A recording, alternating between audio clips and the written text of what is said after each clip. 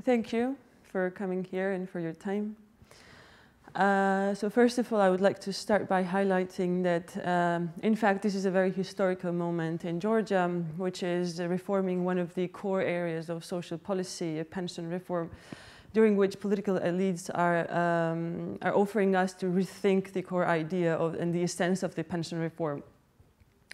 And the reform is going to affect, of course, the hundreds of thousands of Georgian citizens, and it's going to define whether Georgian citizens in future are going to have a decent pension.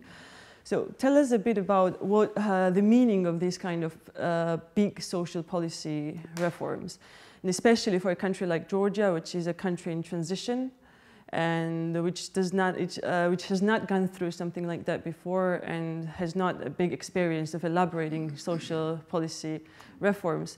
So what should be the main objectives of such reform? Well, the need for a reform in Georgia is, I think, imminent because the system which you have at the moment with only a very basic and very low pension, which is of course not adequate enough to cope with the challenges of the future, namely to provide every citizen in the country with a decent income, a decent standard of living in old age. This needs a fundamental systemic, that means reform of the systems which you have. And what we see here is what I saw also in other countries in the Western Balkans, in Albania, in Moldova, where we did the same exercise as we do now here.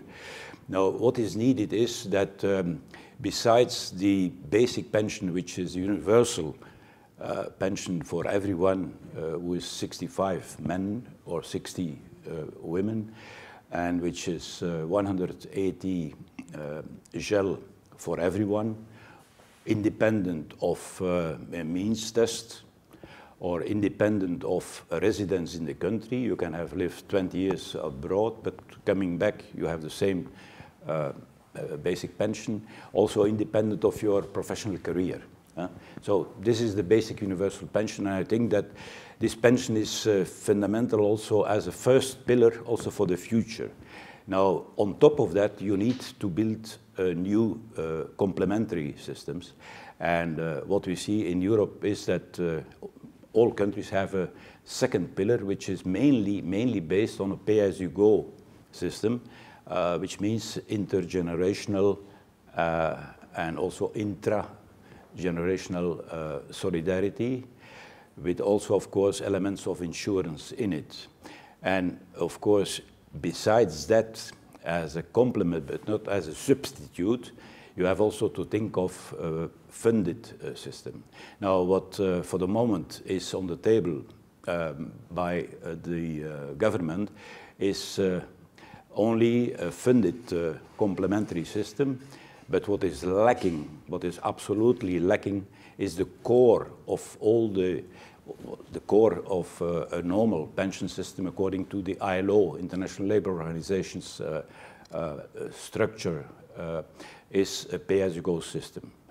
So you need, in fact, the three. You need a basic pension, you need a pay-as-you-go element, and on top of that you need a funded. But the funded system may never replace the pay-as-you-go, because funded systems are based on individual accounts. That means everyone for himself, but is lacking all kinds of solidarity instruments, solidarity for people who are sick or unemployed or who go on maternal leave or on care leave. All these periods should be taken into account, and that you can only do when you have a pay-as-you-go system. Mm-hmm. I was just going to ask about your alternative proposal, which you developed as a response to the proposal as offered by the Georgian government.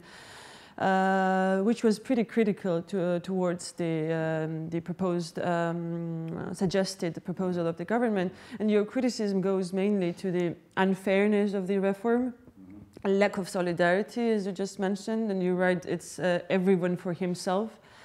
an absence of strong basic pension, and etc. So before discussing all the specific aspects, why is the current version, like you just mentioned all these 3 pillars, but why is this current proposal flawed, just to elaborate a bit more? Basically because of its nature, what I explained already, it's funded. That means it's like going to a bank and open a personal account on which you put money, and the government puts 2% on top of that, and the employers also. But finally, it remains your money.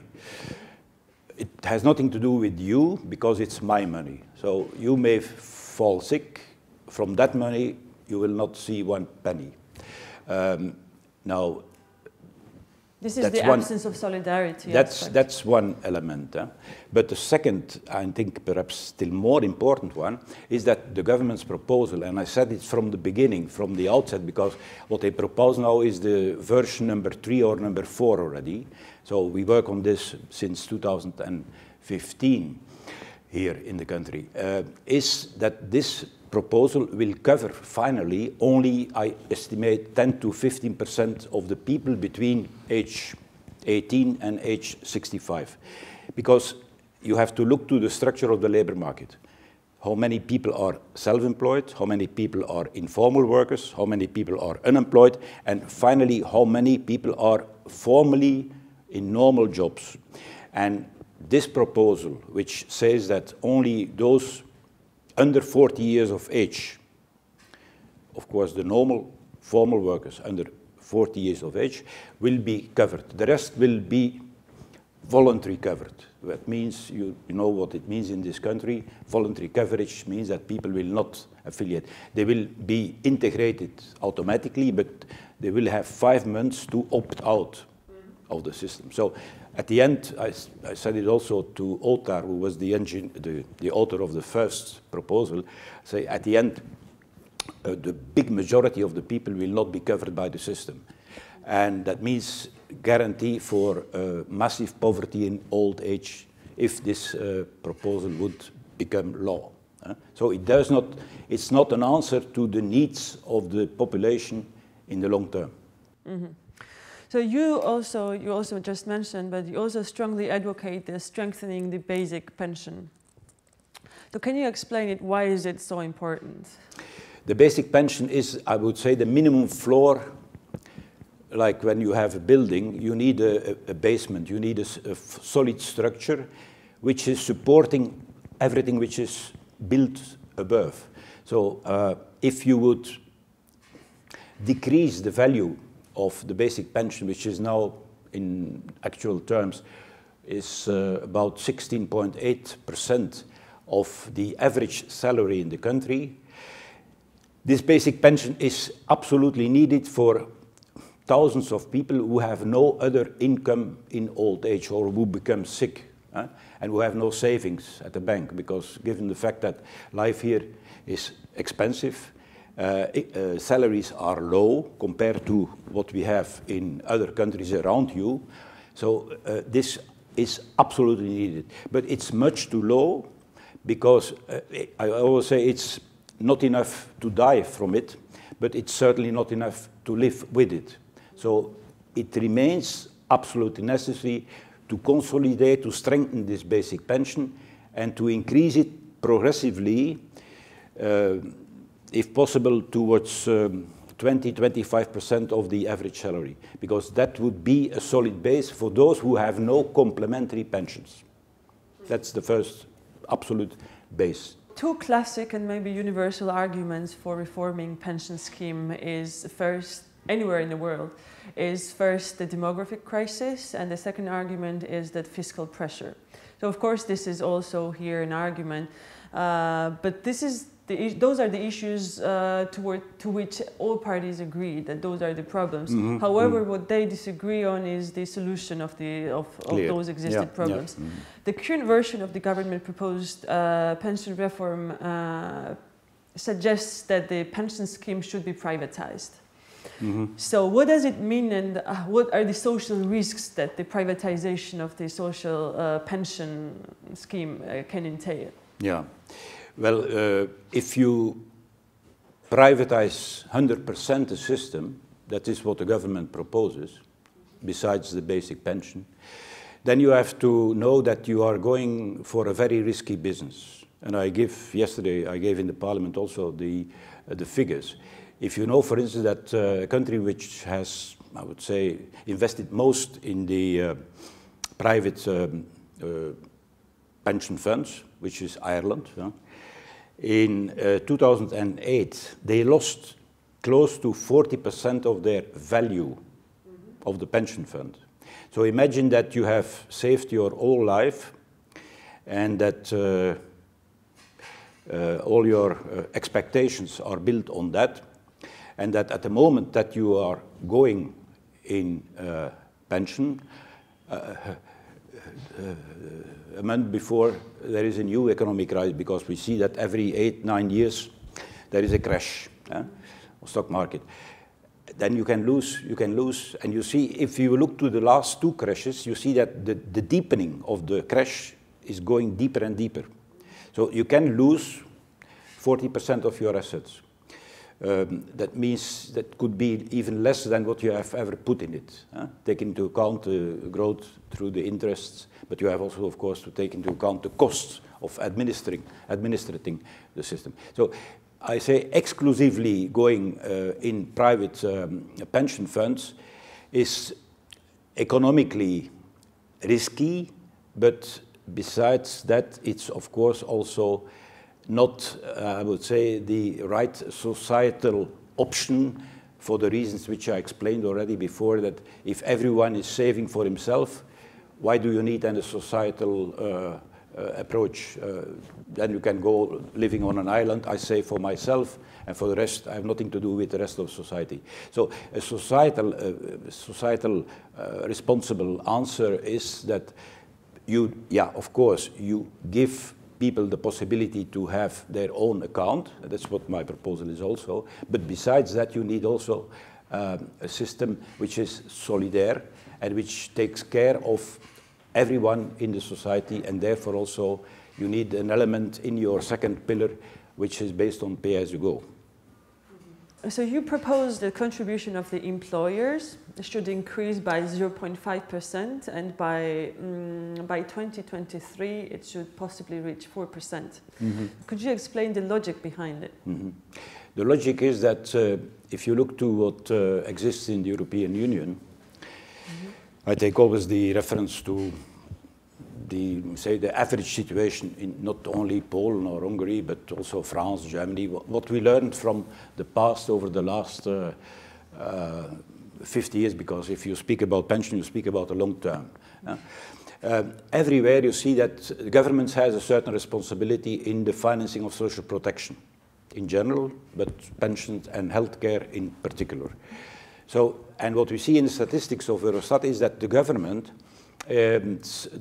share in the financing is increasing in terms of GDP. So governments more and more become responsible for a bigger share in the financing of also of the pensions. The employers, of course, also have a responsibility, because in fact pensions are, I would say, a postponed salary. That's what is always said. So employers also in Europe, in general, they pay about 2/3 of the bill, 2/3. And also the employees themselves, because they are the beneficiaries of the system when they get retired, say they should also contribute. And my proposal is, which is, you can discuss about it, but I propose 2%, also starting with 1%, growing progressively towards 2%.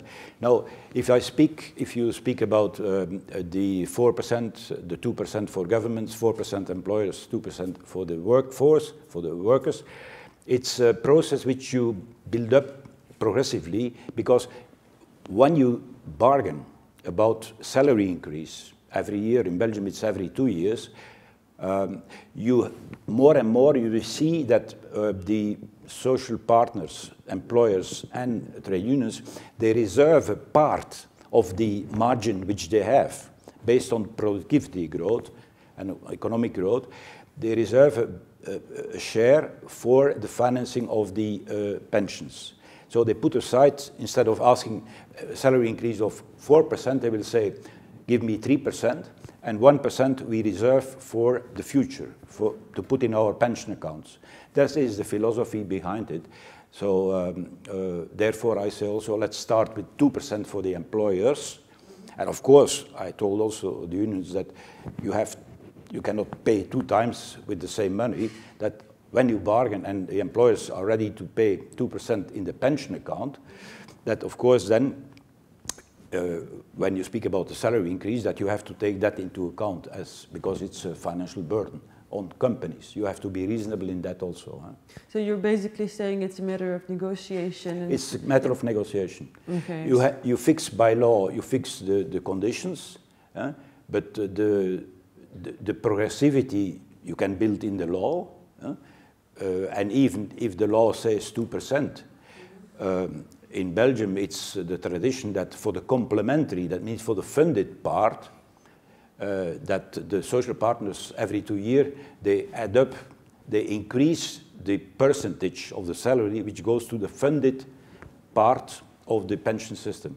For the pay-as-you-go, you fix it immediately in the law, of course, because this is statutory. But the funded, there you have more space. In Belgium, the funded part is managed by the social partners alone.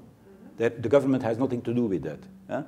So the government has made the framework law, and it's up to the sectors and to the big companies to bargain on the development of the pension fund or of the group's insurance. And this is something also which is missing in the law here, that people have the choice between a group's insurance for a sector or for a big company, or a pension fund, which is more risky. Yes, okay, speaking of the bargaining power and negotiations, so what role can social dialogue and trade unions could possibly play in negotiating the pension reform? And what are the other requisites of democratic legitimation of the entire process? Because I'm asking that because so far what we have seen is sort of a social political reform without social political debates.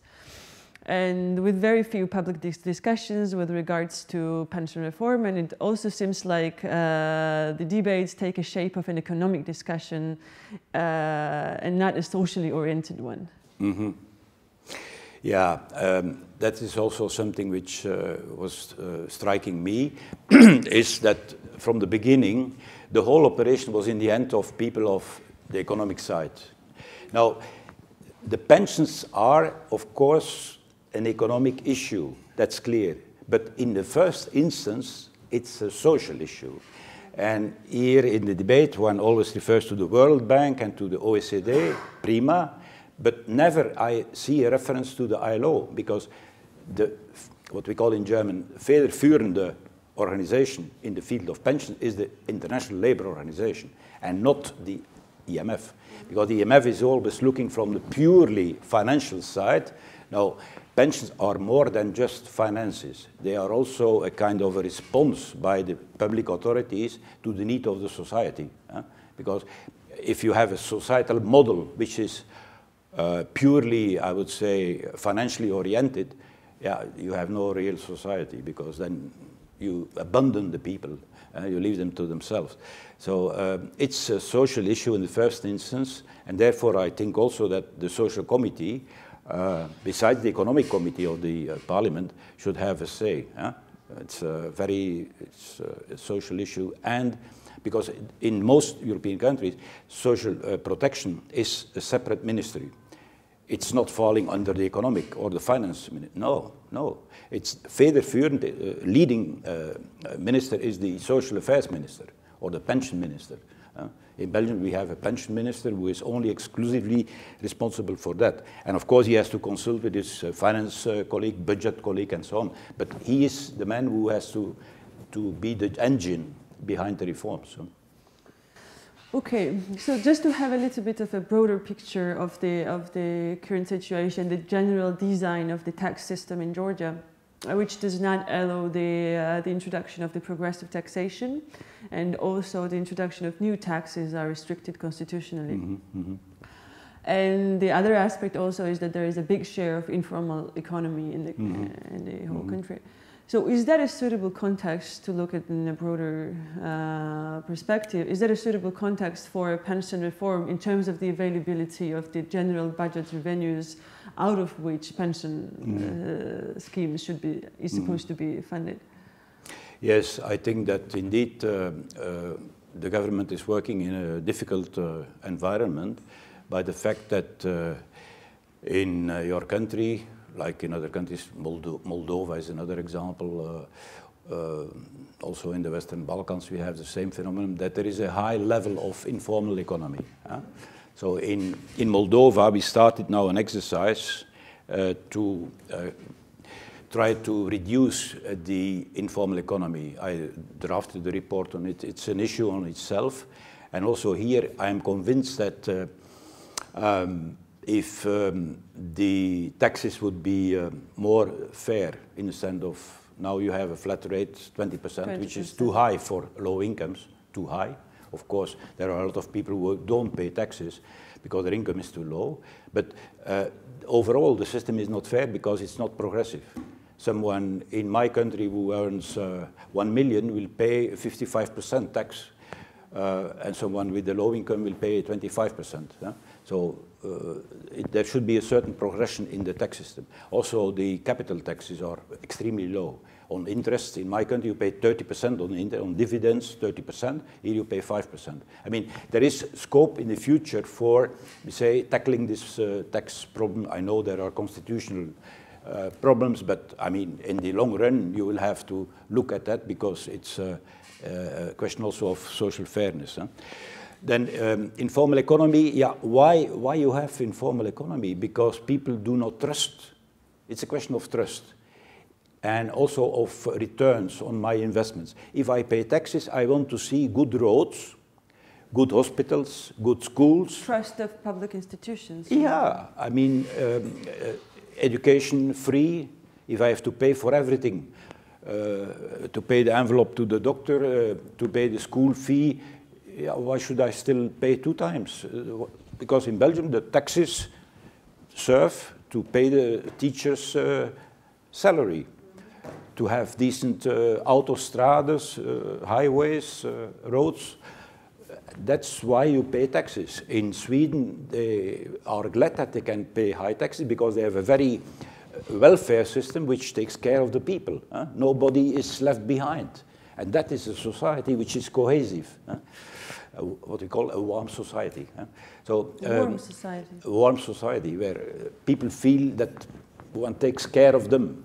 If they have a problem, that there is an answer from help from society. I think informal economy, and if people see that if they go for partly a pay-as-you-go system, where you have intergenerational solidarity, and also covering periods of unemployment, so I am 6 months unemployed, I don't lose my pension rights for that period, because the system itself provides contributions for that period. We call it the non-contributory periods, which are the assimilated periods, so that my savings do not diminish or stop when I am ill or when I am unemployed or when I am on parental leave. So if all that is guaranteed, people will say, aha, I want to work formal. Also, if my pension, contrary to the basic pension, if my pension is related to my declared income, it means if I declare 300 gel, I will have a pension based on 300 gel on average. If I declare my full salary, 600 or 700 or 1,000, my pension will be higher than if I declare only 300. So if people see this, what we call the equivalence between contributions and benefit, it's a convincing argument to work more and more formal and to declare the full salary instead of a part of the salary. Okay, so last 2 questions. So what other components, so let's think a bit out of the box. So I'd like to ask you what other components of social protection system can we speak of that would be that combined with the actual pension scheme provide an additional supplement for the pension reform financing. And here I mean things like, for instance, specific alternative ways of financing the pension schemes, like offering fiscal benefits for families, or that would be suitable in the Georgian context. So what could you think of in the context of the Georgian situation? What we see is that the social protection system is expanding in all European countries. Expanding and reforming at the same time, because society itself is evaluating. You see more and more monoparental families. In Belgium, the divorce is 1/3 of the couples divorce. Means a lot of women are alone with the children. So what we do, we increase for instance, the children's allowance for monoparental families.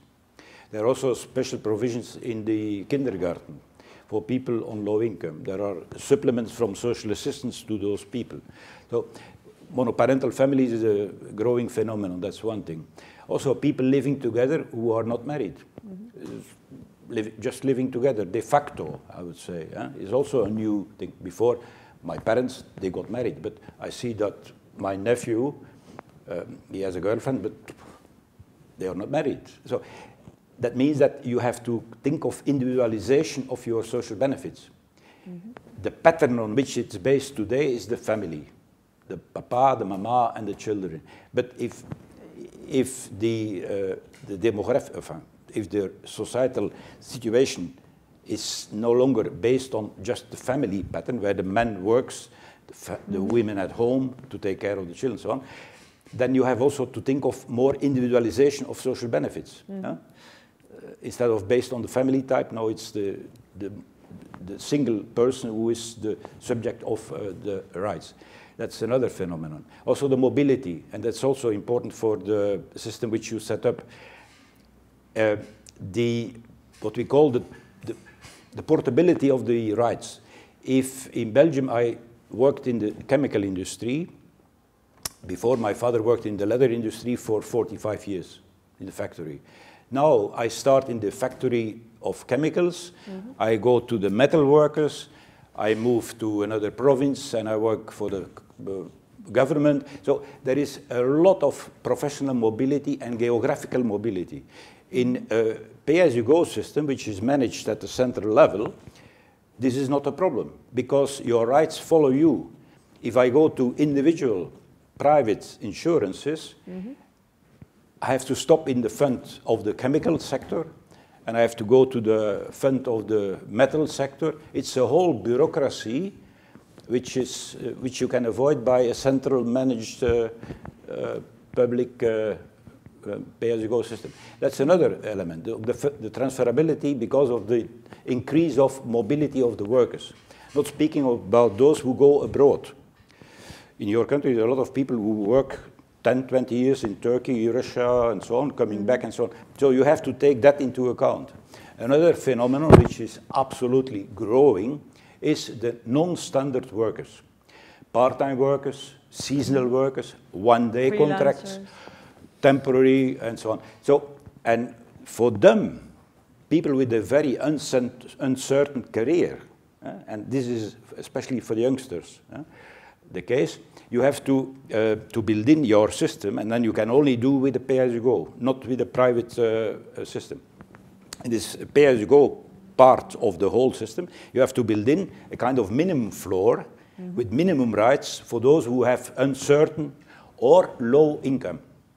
And you have to guarantee them for the years that they work, for instance, only 2/3 of a full-time or even 50% of full-time. You have to guarantee them, like they do in England, for instance, in the UK, a minimum guarantee on building up of pension rights, and also, of course, health care. And that's another element. You have to create here minimum salaries per sector, because that is, if you speak in the beginning of budgetary problems, well, if you say, voilà, we put per sector a minimum salary, then the workers will have the guarantee that at least that will be their income. the government will have at least the guarantee that on that basis there will be paid social contributions. So it's an element, because the reality is that people earn more, but they declare only a part or don't declare anything.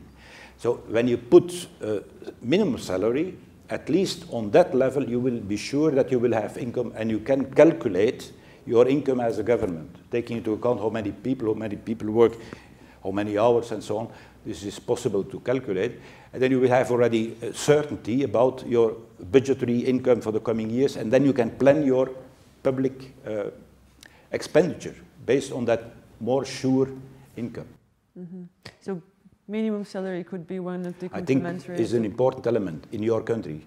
Minimum salary, which in Belgium, because we have very strong social partners, organizational degree is over 50%. So the minimum salary in Belgium is set by the social partners every year. It's in Belgium, minimum income for someone of age 21 is 1,550 euro gross, which is taxed. Like also in Belgium, the pensions are taxed. Here they are not taxed, but in most European countries they are taxed. In my country, it's 25% tax on my pension, 25%. So that is the situation. But a minimum salary is 1,550 for the moment. Well, this is paid to all workers age 21 and over. And that is the national minimum. Per sector, there are higher minimum salaries. And per company, there are still higher. So if you work, for instance, in the chemical industry in Antwerp, your minimum income per month, minimum, will absolutely be above 2,000 euro. And in Holland, it's set by the law, by the government. So, and here in the country, I think that also the government should play a very important role in setting minimum standards for income. So you just touched the matter of my last question, which is, well, you've been researching the social protection systems in Europe. And could you tell us a bit about the current debates in social protection systems in Europe, some kind of key principles and directions?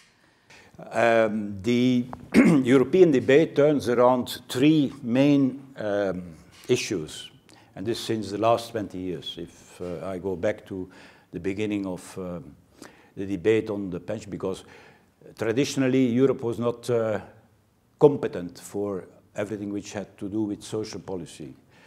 It's only since our agreement with the employers in '91 that we can make also collective agreements at European level.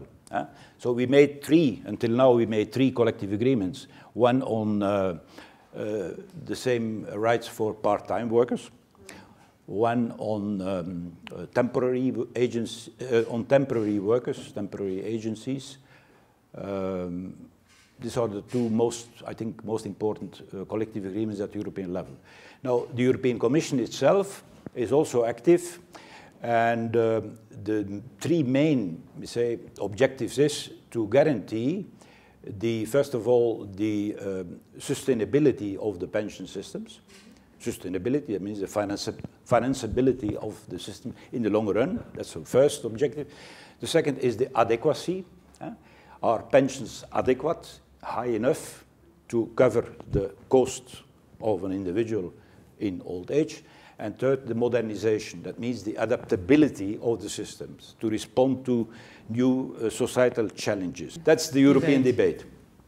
And what they try to do, since they cannot, the European Commission cannot fix the pension level or the pension system in a country. But what they do, they have developed a method, what we call the method of coordination.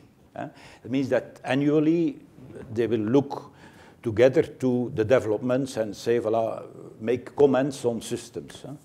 They cannot interfere directly in saying, government X, you have to make a pay-as-you-go system. That the Commission has not yet. In the field of social protection and taxation, it are still the states who have the say. But that does not mean that there is no societal discussion in Europe or even pressure from Brussels to the governments to say, voilà, you have to, or not only from Brussels, but also from other instances, like OECD plays also a role. I don't speak about the World Bank or IMF because for European countries, we do not depend from the money from the IMF or from the World Bank. I mean, Europe deals with OECD, a lot with OECD, because OECD is very important in the field also of taxation, to avoid tax evasion to countries like the Bahamas and so on. So in this field, OECD is very active. And also in the field of social protection and pensions. They work very hard on that issue.